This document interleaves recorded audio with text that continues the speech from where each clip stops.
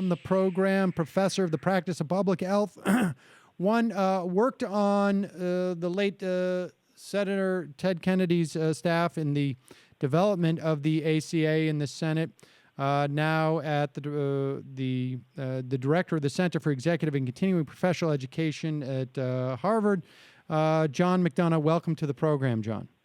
Nice to be here. Thank you.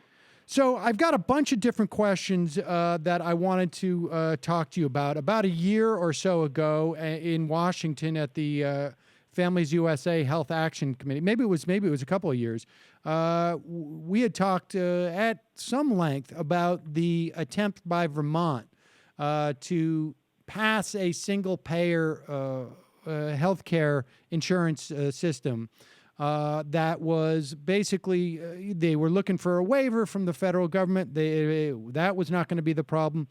But in December, that effort basically ended. Why did it fail? I think it failed because the governor came to the conclusion, Governor Peter Shumlin, after 4 years of studying and thinking and trying, that it was too heavy and too risky politically to move this forward. There were 3 studies that analyzed the finances and economics of doing this, and they were increasingly pessimistic in terms of how much the state would actually save at the end of the day. And the governor faced the prospect of asking the legislature to pass a new payroll tax on businesses of about 11.5% and a new income tax on individuals that would have gone as high as 9.5%, depending on income. And these monies would have replaced private health insurance premiums. But the level of support in Vermont, as evidenced by opinion polls and by other indicators, suggested that the public was sharply divided over this. And I think that, frankly, at the end of the day, the governor decided this was just too difficult, big, and risky a move for the state to take on by itself. And so he, in December, after 4 years of work on this, really pulled the plug and said they're going to continue to reform their system in other ways, but single payer will not be it. And we should say that Shumlin was very politically weak coming out of this last election, right? I mean, he didn't even get to the runoff and had to more or less be elected via the legislature, if I get it. That's absolutely true. He ran against a Republican opponent who was vociferously against the single-payer plan. Shumlin bested him in the general election, though only by 46 to 45%, tossing the election into the House of Representatives because nobody got more than 50%. And because it's heavily Democratic House of Representatives, he was elected easily, but not with a robust mandate that one could observe from the election results to move forward on this. And so is that it? I mean, a lot of people were looking to Vermont as sort of the, I guess in some ways that was sort of the consolation prize that when the public option was exercised from the Affordable Care Act, the consolation prize was, well, Vermont is going to set up a single payer and we're all going to be able to look to Vermont, and that's going to push it across the country. Is there any other hope for another state to go single payer, or is that ship sailed or sunk, or I'm not sure what the metaphor is? Well, it's certainly true that when Vermont embarked on this in 2010 and 11, lots of folks who understood single payer and the politics of single payer said, Vermont is really a terrific place to test it out because it is such a small state and so compact, and certainly seemed like a good place for a pilot for a state that wanted to move in this direction under the new authority permitted through the Affordable Care Act to bring significant new federal revenues into the state. And so when Vermont pulled out in December, there's not another state you can look at this point where you can say single payer is actually a serious matter under consideration at the state level. You just don't find it anywhere. And so for Vermont to pull out is really kind of, Vermont was the candle in the window for the single payer folks around the country, and now that candle's been blown out. There are other states that have single payer bills, probably as many as 24, though it's hard to see one of them where you say, well, this is a serious policy option. I'm afraid, and I'm writing this in a piece that's coming out soon, that if there is a direction right now that makes sense where I could see something happening, though not in the short term. If you look at the federal government right now, the federal government is now managing 3 massive and separate programs to provide health insurance to various different groups of Americans. You have Medicare, which is actually 2 major programs unto itself. You have Medicaid. And wait, we should just say Medicare state. is Medicare and Medicare Advantage. Yes, that's right. And that's covering about, 60 million people? It's about 50 million right now. Medicaid is now getting close to 70 million people. And then you've got, of course, the Affordable Care Act subsidies, which were expected in a couple of years to be up to around 20 to 25 million. It just seems to me at some point in 5, 10, 15 years, some people in both parties are going to say, it's really crazy that we have these 3 massive governmental entities, agencies, to do the same essential thing, which is to provide health insurance or health insurance subsidies to different groups of Americans. I think that could be the significant step forward, because if that ever were to occur, it just becomes so much easier then, as employers continue to fade out of providing health insurance for their workers, for there to be a new place which probably is not a single payer, but would provide much of the heft for the consolidation that the single payer movement is seeking. But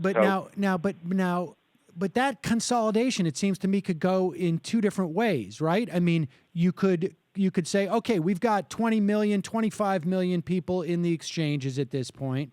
We've got 70, and probably by then maybe closer to 80, 85 million in Medicaid, because presumably these states are going to slowly opt into the Medicaid expansion. We've got 50 or 60 probably by that point because of the baby boomers in Medicare. And so there could be, you could either go the Medicare model, let's say, or the Medicaid model, or you could go the exchange model, which is more almost like vouchers, it seems to me. Right? Well, I mean, is the exchange model not more like vouchers? I mean, explain that, because this is relevant. Let me just add this too. This is relevant because we now see the House, the Republicans in the House have come out with basically their annual attempt to cut Medicaid and to do Medicare in the form of vouchers. We don't know what the Senate's going to do. Less likely to follow them, but we'll see. So explain to us that relationship, vouchers versus the exchanges, and how that could go one of 2 different ways. Well, so the exchanges are done through what are called refundable tax credits to subsidize health insurance premiums. If you want to call the exchanges a form of a voucher, I don't think you are being very inaccurate. I think you can make that case that this is a form of a voucher deal. But keep in mind, 1/3 of people who are in the Medicare program right now are in the part of the program called Medicare Advantage or Medicare Part C, where basically their enrollment in private health insurance plans is subsidized significantly by the federal government. And the truth also, in the Medicaid program, if you are the largest part of the Medicaid program in nearly all 50 states, namely if you are poor kids and their parents and non-disabled, non-elderly adults, for the most part, you're not in a Medicaid fee-for-service plan. You are in a Medicaid managed care plan already, where your costs are subsidized. So, the truth is that in all three of these major systems, the name of the game these days is the federal government subsidizes your coverage organized through some kind of a private managed care health insurance plan. And that's the reality of where we are today for people who have public coverage. The number of people with public coverage who are in any kind of a fee-for-service arrangement is shrinking and disappearing quite quickly. But isn't the real question then is, do you maintain the cost containment benefits of a situation where you are operating the mechanism to pay the doctors? There are different ways to manage that. That's a policy design choice. How you manage payment, how structured it is from the top. But generally speaking, when you go into subsidizing coverage through one of these private plans, for the most part, the private plans set the terms of payment of providers, which is honestly one of the reasons why providers actually tend to like these arrangements, because they get paid better under the private coverage arrangements than they do under Medicare or Medicaid fee-for-service. Right, because those private insurers don't have the same purchasing power or the same sort of data, I guess, readily available to them to actually come to a rational price, right? I mean, that's why Medicare Advantage was so much more, was paying out, was reimbursing at rates that were far too high. That's why we needed to cut it back. Absolutely. And here's a little surprise for you that I don't know if you've heard of, but one of the significant trends over the past 3 years now in the Medicare program and in the Medicare Advantage program is big provider systems, big hospital networks. I'm talking like Mount Sinai in New York and Long Island Jewish Hospital on Long Island in New York and elsewhere around the country. Large hospital and physician systems are starting to organize themselves as Medicare Advantage plans. So they're setting up their own private health insurance plans that are starting to participate in Medicare Advantage and in commercial insurance themselves.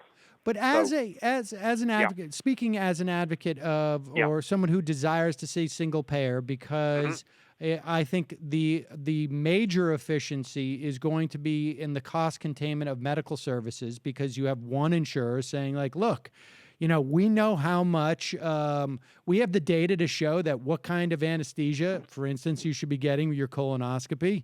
I'll more on that in a moment. But we can measure this across the country. And so this is what we're going to, and we know what's most effective. We've seen all the outcome data. How does, like Medicare Advantage, let's say, is that as efficient as the other Medicare program? Why would we want to be subsidizing these private insurers as opposed to having a fee-for-base service? The question of how much more or less Medicare Advantage costs from Medicare fee-for-service, traditional A or B, is a moving subject because the Affordable Care Act significantly reduced the level of payments to Medicare Advantage insurers. And in fact, those rates are continuing to go down. And there's disagreement now among health policy experts. There are some who claim right now when you do an adequate risk adjustment and you look at apples-to-apples comparisons that in many parts of the country, Medicare Advantage is no longer costing more than fee-for-service and may actually in some situations be costing less. I think that's an unsettled question right now because the game has shifted over the past 5 years because of the ACA, but it is far more competitive.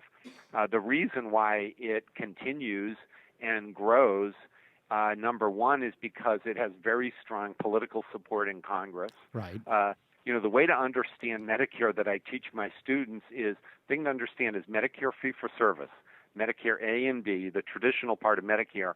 In general, Democrats love it and Republicans hate it. And you get then to Medicare Part C, Medicare Advantage, private insurance, and what you've got there is, for the most part, Democrats don't like it, many of them hate it, and Republicans love it and adore it. And that politically explains Medicare better than any shorthand I can offer you. Well, but here's my point: is that it seems to me the reason why we knew Medicare Advantage was compensating, was reimbursing at rates that were 15 to 20% too high, was because Medicare Part A and B provided the baseline.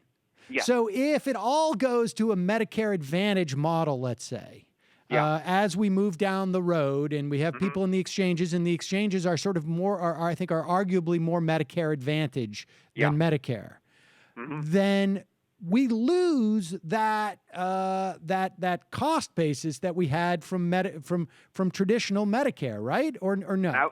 And I wouldn't expect that to happen anytime in the near future.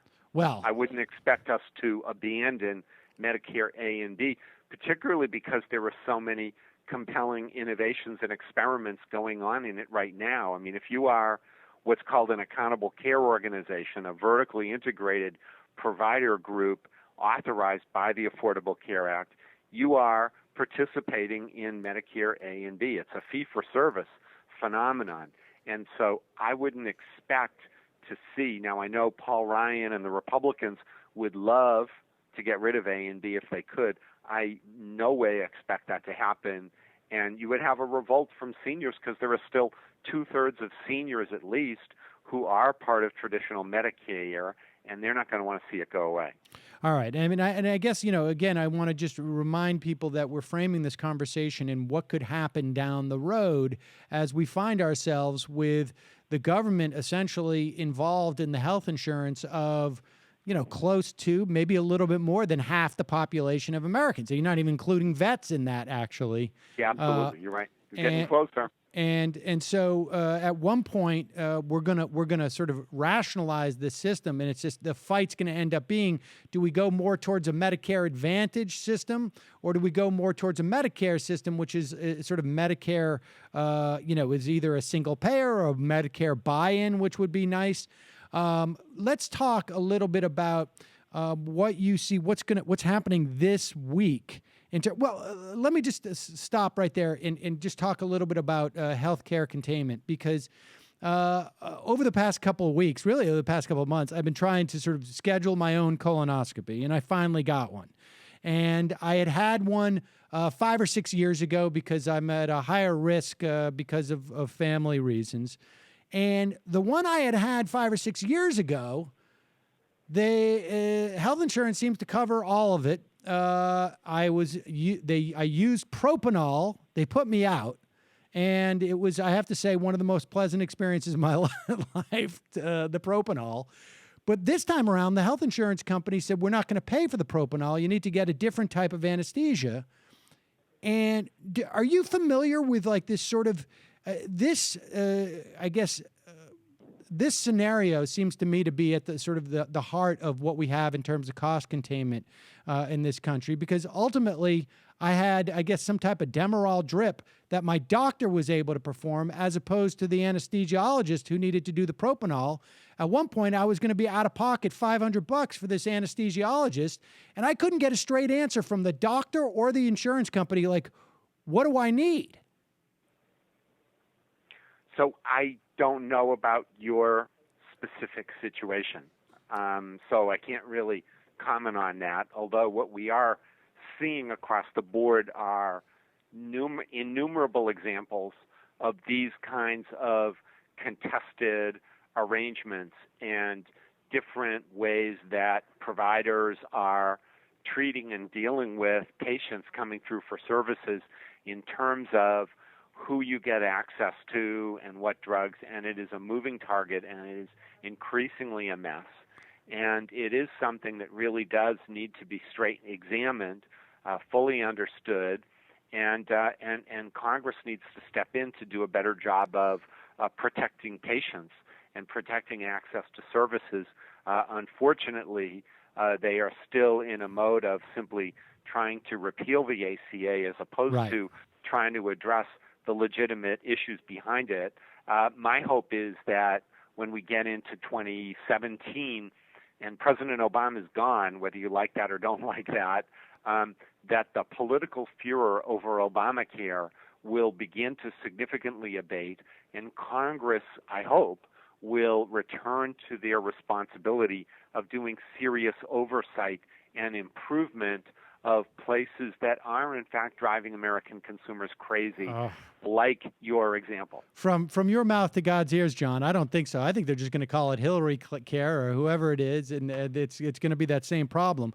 But It becomes too embedded in the system, seriously. Well, I mean, really what I found was this, as I Googled, is that apparently on the West Coast, most people get Demerol, 70%. On the East Coast, 60 or 65% get propanol. The propanol has to be administered by an anesthesiologist.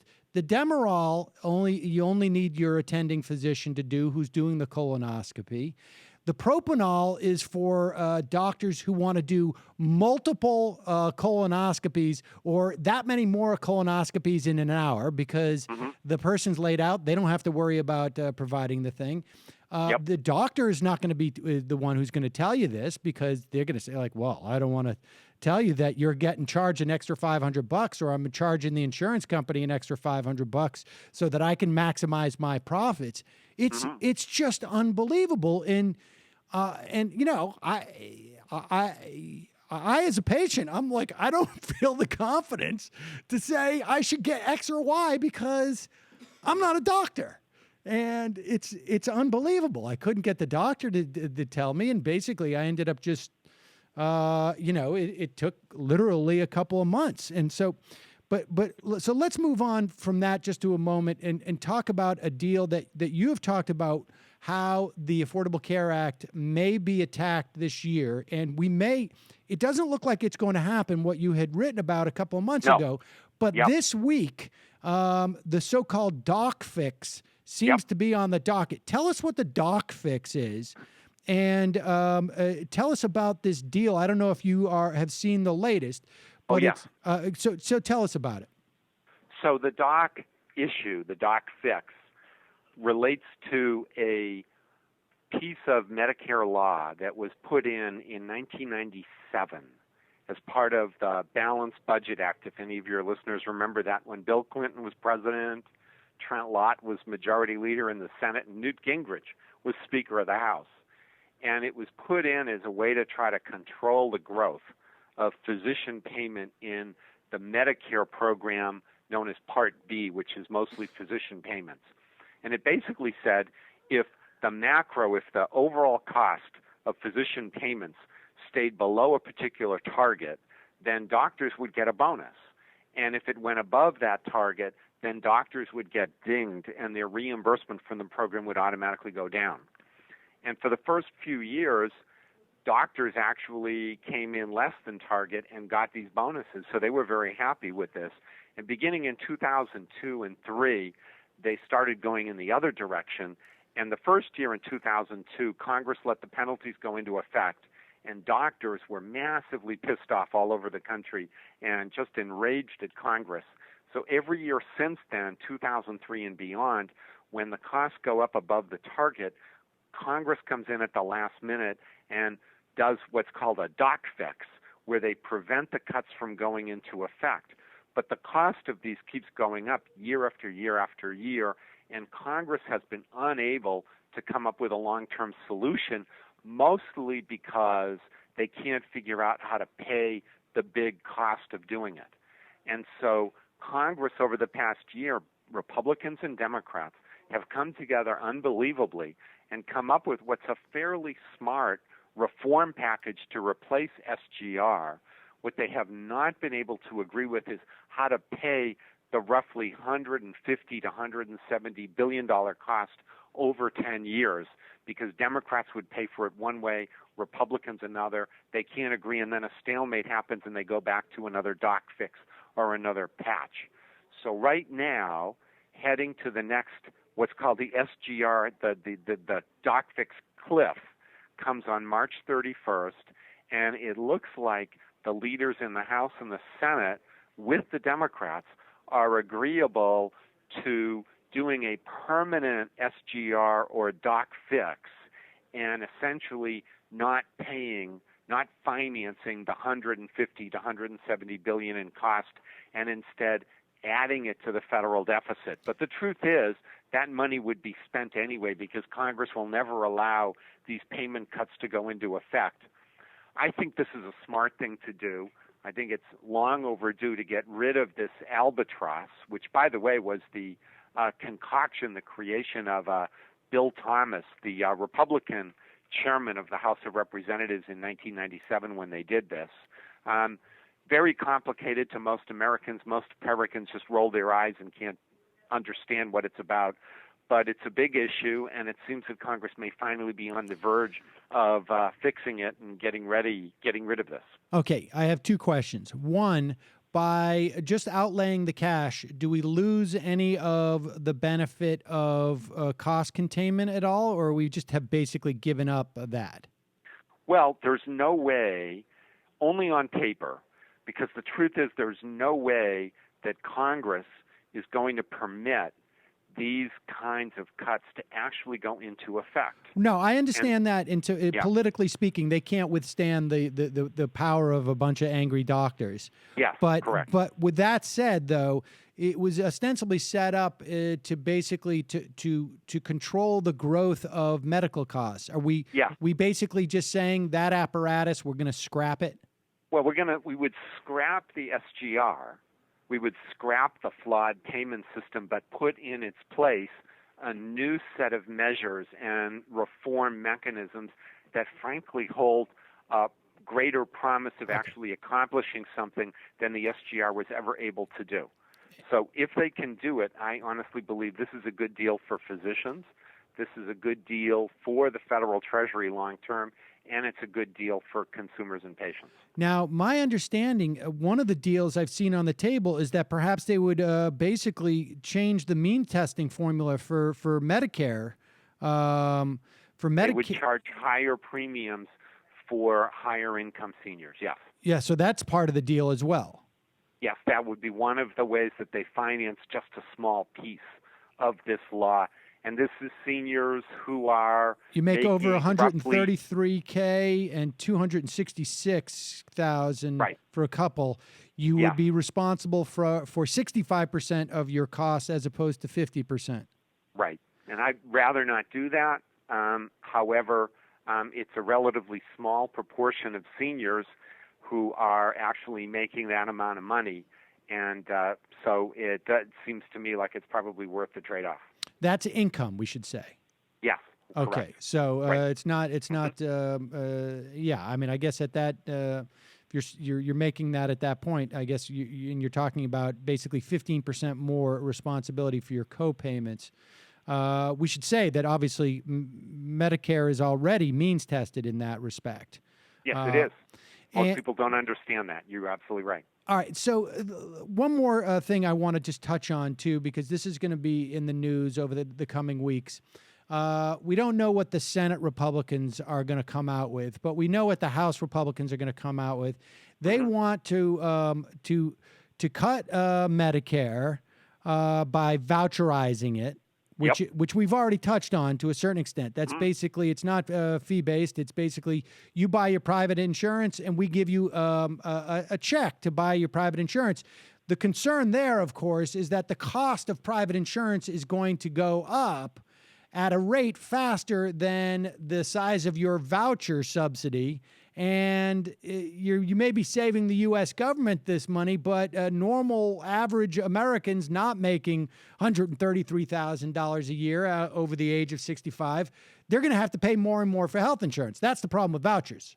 Absolutely. Well, that's the problem with the way they want to do vouchers. You could do vouchers in a way that doesn't leave people at risk in that way, but that is their strategy. All right. So tell us, what's the problem with block grants for Medicaid? Well, block grants for Medicaid means that instead of guaranteeing that states have the set money to cover the medical needs of the Medicaid population. The federal government just sets an arbitrary limit and says, here's what we're going to give you, do the best you can. And then they give states the authority that they don't have now in the same way to cut benefits, to cut eligibility, to cut all manner of protections that low-income Americans need in terms of making sure that the Medicaid program works for them. What kind of controls when they block grant that money? Like you say, it's arbitrary, and it doesn't take into account the need. It just takes into the account of like what we want to give you, which is sort of contrary to the point of Medicaid on some level, it seems to me. But how much flexibility also, if you wanted to get creative on the state level and divert some of that Medicaid money when it comes in as a block grant, it's not too tricky to do that either, is it? No, and so it all depends upon how these rules would be written. However, the point of view of the Republican leadership in Congress is that they would love as much as possible to just give states a check and say, do what you want. And what we've seen in terms of the ACA implementation is that there are obviously many, many states that really don't care in terms of their governmental leadership about meeting the health needs of their citizens. There's 22 states that have yet to expand the Medicaid program as permitted under the ACA with 100% federal financing. I mean, there are states with it, they won't expand health coverage to their poorest citizens even when the federal government pays the whole cost. And so the notion that you're going to then give these states a check and say, do your best for the people, I think the ACA experience proves that to be a severely risky and damaging proposition for our neediest fellow citizens. Now, lastly, I just want to touch on King versus Burwell for a moment. I know that in the course of helping develop the Affordable Care Act, you were one of those people who said you were in the mix. You said nobody ever contemplated the notion that a state that decided to have the federal government establish the exchange for them wouldn't get its people who opted into the exchanges, its citizens wouldn't get subsidies because that's ridiculous. It's like building a car without an engine. But give me a sense of, in the event that the Supreme Court rules in favor of the plaintiffs and decides that these states, by not establishing their own exchanges are not ineligible for subsidies, what are potential fixes for that? Well, it's interesting. There's a column in the New York Times today that actually suggests that if an adverse ruling were to come down from the Supreme Court, the Obama administration could simply say, we will agree then not to charge penalties from the individual mandate for the 4 individual plaintiffs and nobody else. Huh. So there are a lot of, I'd advise you and your readers to take a look. I want to hear some reaction and commentary about it, but we will see what happens. This lawsuit is one of the more preposterous things I've ever seen get to the U.S. Supreme Court, and I don't think it has much legitimacy from a legal perspective. This is unfortunately a reflection of the politicization of the Supreme Court, as we've seen in Congress and elsewhere in American society. My hope, though, is that the oral arguments were convincing enough that we won't see this move forward, and this will be the end of it in June. Well, I was down there, covering this outside the Supreme Court for a couple of days, talking to a lot of legal experts, and that is a novel approach in just addressing those for plaintiffs. But my guess would be that then you'd start to see other circuit courts say, like, no, depending on the circuit court, you can't. This is just as it was for those 4 plaintiffs, even if they weren't actually the best of plaintiffs. I mean, but from a fix from the government standpoint, what could they do? Could they simply say, could the federal government say, like, to states that were willing, look, you you buy the exchange for us for $1, and we charge you $1 a year to administer it, and it's yours. I mean, could they say that? What else could they do? Well, it depends. Part of it is it depends upon the nature of how the ruling would be written. Okay. They could say they could give time for implementation. Congress could come in and fix it with a one-word bill. Right. There are many different options, and I think the thing to be hopeful for at this point is that the Supreme Court will see it in a way that is protective of this important benefit for so many Americans who need health insurance. And there are many, many different ways this can go, and I wouldn't jump to conclusions at this point. Okay. Well, expect to be surprised. John McDonough, thanks so much for your time today. I genuinely appreciate it. And again, people can check out your book entitled Inside National Healthcare. Inside National Health Reform. Health Reform, yes. Yeah. All right. We got a link to that at majority.fm. Thanks again, John. Thank you.